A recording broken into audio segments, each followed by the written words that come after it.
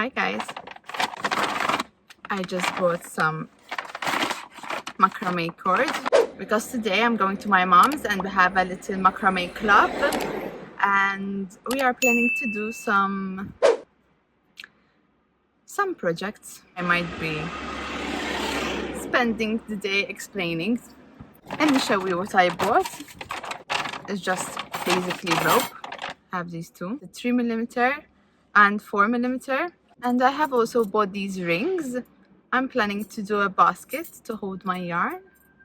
And I'm so excited because I'm doing my office soon. So stay tuned to watch that. Meanwhile, let's go to my mom.